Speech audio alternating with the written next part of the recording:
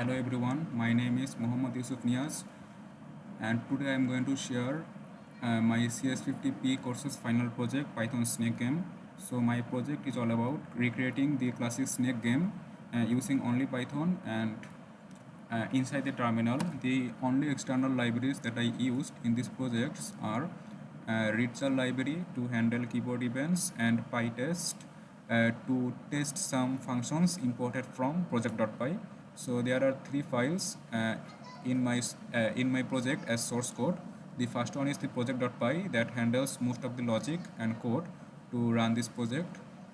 This file has some important functions that helps to run this project smoothly, and there is also some state that helps the player to play the game, such as pause and resume state, and restart if the game is over, and exit when the player wants to exit.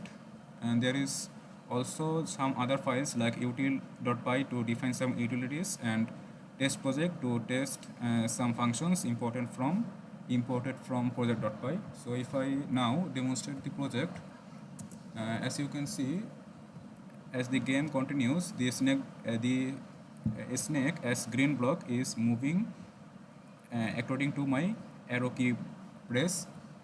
So when the snake passes through the foot, the length and the score of the game increases, and that's how the game continues. I can pause the game by pressing P and also resume the game by pressing the P at the same time. So there is two way to die in this game. One is to touching the boundary, and if I press R now, the game will restart. The other one is when the snake is long enough, it can bite himself, and that's how the game is over. In the bottom side, you can see there is a scoring mechanism and counting time mechanism to know the player how many time has been spent. So that is the other way to end this game. So that is all for my project. Thank you for watching.